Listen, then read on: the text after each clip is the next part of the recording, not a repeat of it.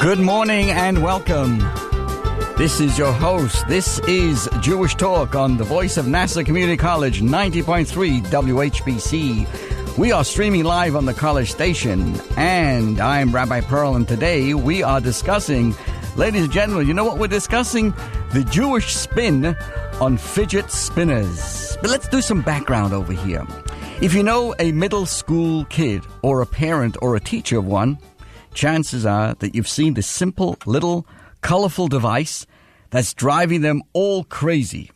Let me tell you, I just checked this out. Toys R Us have literally scrambled the jets trying to meet the demand for this year's breakout toy. It's a handheld whirligig, I guess they call it that word, known as a fidget spinner. Unlike other toy explosions like Tickle Me Elmo or the Furby, this fidget spinner seems to have hit without warning and without a brand.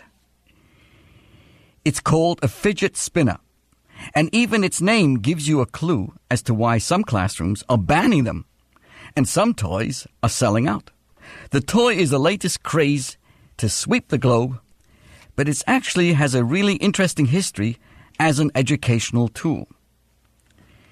So, just because you know what a fidget spinner is doesn't guarantee you'll understand why this has become such an incredibly popular toy. But what is it? And then we're going to go into what lesson that we can learn. What's the Jewish spin on this? A fidget spinner is considered to be a type of fidget toy, a low-profile, handheld device that people can, well, fidget with without making a big scene. This weekend, our grandchildren came to us, and our little granddaughter, who's all of not even 2 years old, had one of these fidgets. So a fidget spinner has a stable middle and a disc with 2 or 3 paddles that can be spun, much like a ceiling fan. The result is supposed to be relaxing and satisfying, and really good spinners can keep going for minutes at a time. The little devices were originally designed to help students with attention disorders like ADD. Experts say having something to occupy their hands may help improve concentration. However, the spinners caught on with the general population, and now it comes in every color and finish imaginable, with add-ons and doohickeys galore. I'll soon explain how we've introduced it to our synagogue. Now, how does it help kids with ADHD?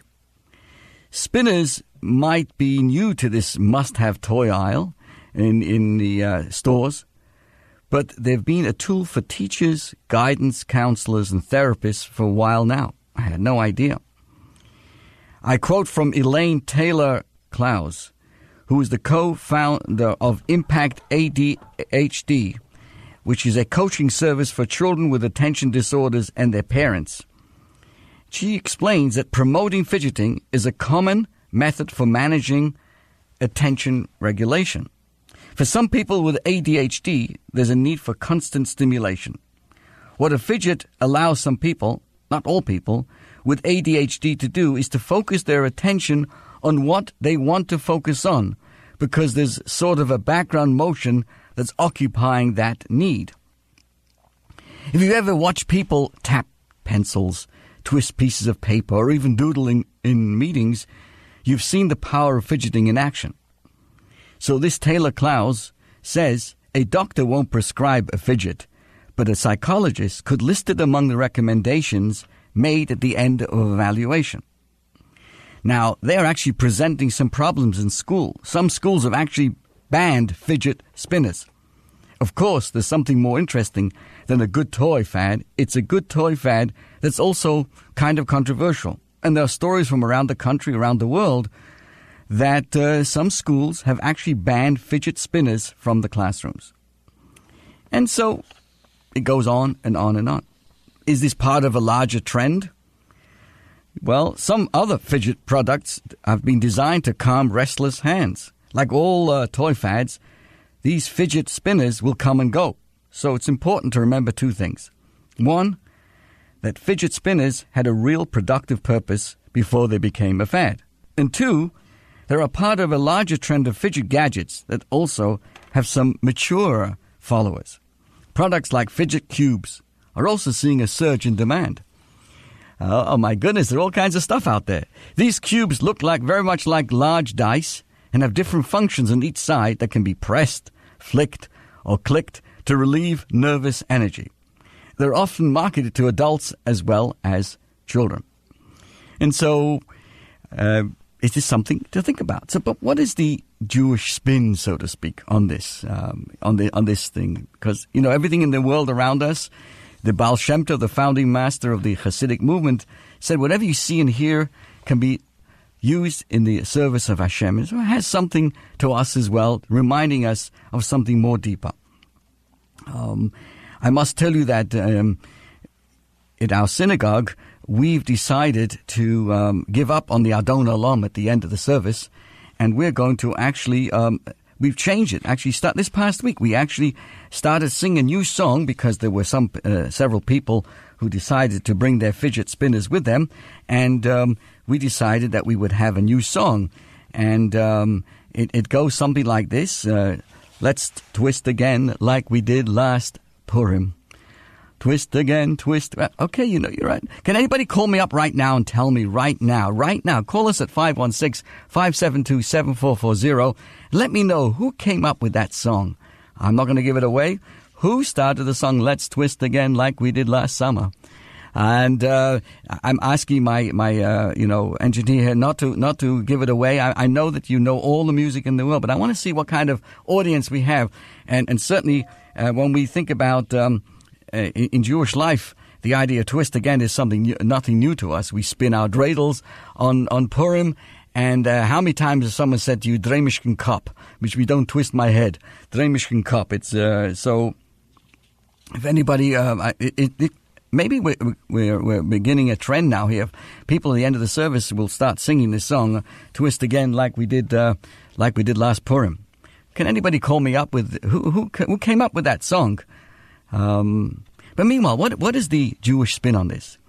As I've indicated, they're everywhere in school and boardrooms and doctors' offices, even in synagogues. They're also these forever spinning little triangular gadgets can set you back anywhere between $3 to $25. And somehow it's become inseparable extension of the hand. And I refuse to pick it up at my house, and I let my little granddaughter play with it. Interestingly enough, people report on first sight they're turned off by the concept of a fidget spinner, but once you try it out, they've become hooked. But what most people don't know is that fidget spinners are the brainchild of a lady called Catherine Hedinger, a creative inventor and innovator. Listen to this, my friends. After a visit to Israel a number of years ago, she saw firsthand how young Arab children were spending their time throwing stones at Israelis. Catherine decided that she needed to find a replacement for the stones, and thus the fidget spinner was born. Sadly, her fidget spinner did not replace the stone throwing, but Catherine did stumble upon something that has now become a widely popular fad. Dear friends, Catherine isn't making any money on the lucrative toy. She gave up the patent years ago because she couldn't afford the $400 for the renewal fee. But she isn't bitter. She told The Guardian of England, of London, "Several people have asked me, aren't you really mad? But for me, I'm just pleased," she says, "that something I designed is something that people understand and really works for them." But what is it about these fidget spinners that make them so widely popular and addicting? And certainly, from a Jewish perspective. I'm not an expert in the trends or the ADHD solutions that we've been discussing, but I'd like to share one idea that perhaps gives a deeper reason behind this phenomenon. After all, according to Jewish perspective, the physical world reflects the spiritual. So it stands to reason that this fad is tapping into something that resonates on a deeper spiritual plane. You see, Judaism believes that human beings, you and me, were created with a quest for perfection. We are born like an unpolished diamond, raised and nurtured by our parents and educators. We then set out on our own to pursue the quest that is our very existence. Jewish tradition teaches that life equals growth. A day without growth is a day that has not truly been lived. That is why human beings are referred to as mahalchim. The Jewish word for human beings is mahalchim. And that word means travelers, alluding to the constant movement that characterizes our existence as we travel towards our destination of perfection. Life is for constant growth and movement. There is no standing still. Perhaps our attraction to these fidget spinners reflects a kinship that we feel with its constant movement and at ease with which that sustained movement is achieved. Can you maybe just give a flip with the finger and it keeps on going around and around? Imagine a life that is constantly and easily growing and moving. This, of course, is a pale imitation of, spinning the fidget spinner, imitation of real life movement that our spiritual soul, our subconscious, is craving. But it taps our innermost desire to grow and to move. So whether you are a current fidget spinner addict or a fidget spinner adversary, here's a little spin on life. Your soul, your neshama, is craving movement and growth in its quest for spiritual perfection.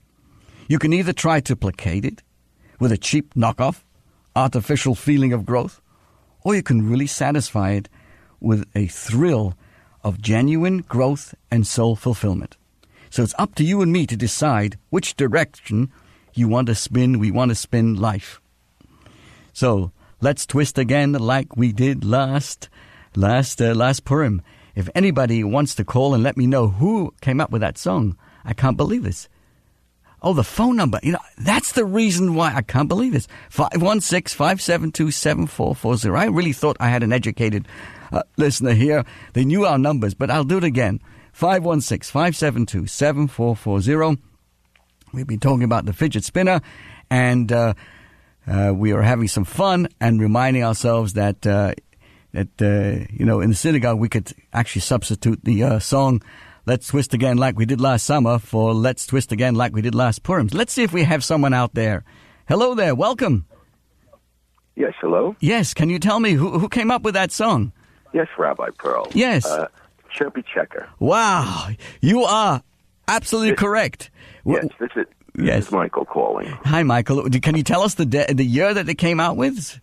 Oh, gee, the year it came out in 1959 or 1960.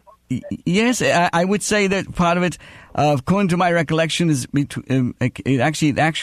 made a hit in '62, I think. But you're right. You're right. And Michael, I'm not going to ask you to sing that, but we've actually introduced that for anybody during my sermon in the synagogue.